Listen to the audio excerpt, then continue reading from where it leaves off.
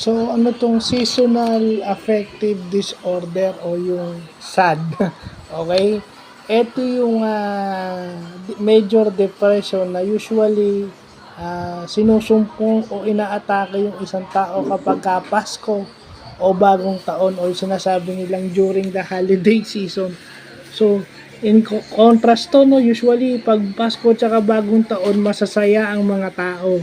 Pero ito, depressed sa mga panahon ng Pasko at saka bagong taon.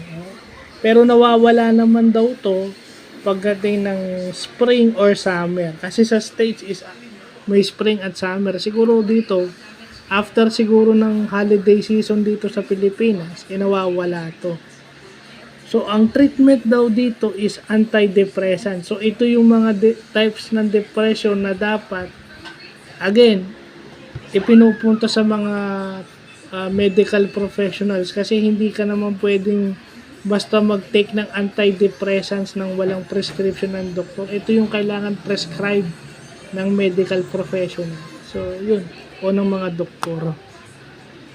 So, etong seasonal affective disorder, pag ito'y napabayaan din, psychosocial disability rin o psychosocial disability rin ang pwedeng kahihinat na neto. So, ibig ko sabihin, hindi lang antidepressants ang iinumin mo, meron ka pang iinumin para magkaroon ng balance yung, kasi pag nagkaroon ka ng psychosocial disability, it's mainly nagaano ka ng gamot umiinom ka ng gamot para magkaroon ng chemical balance yung inyong yung ating nervous system usually based dun sa mga nababasa natin before. So, yun. Kailangan yan hindi pinababayaan. So, kahit pala Pasko ka at wala ka namang manic depression, ito naman ang depression na tatama sa'yo. So, ang saklap. So, yun lang po.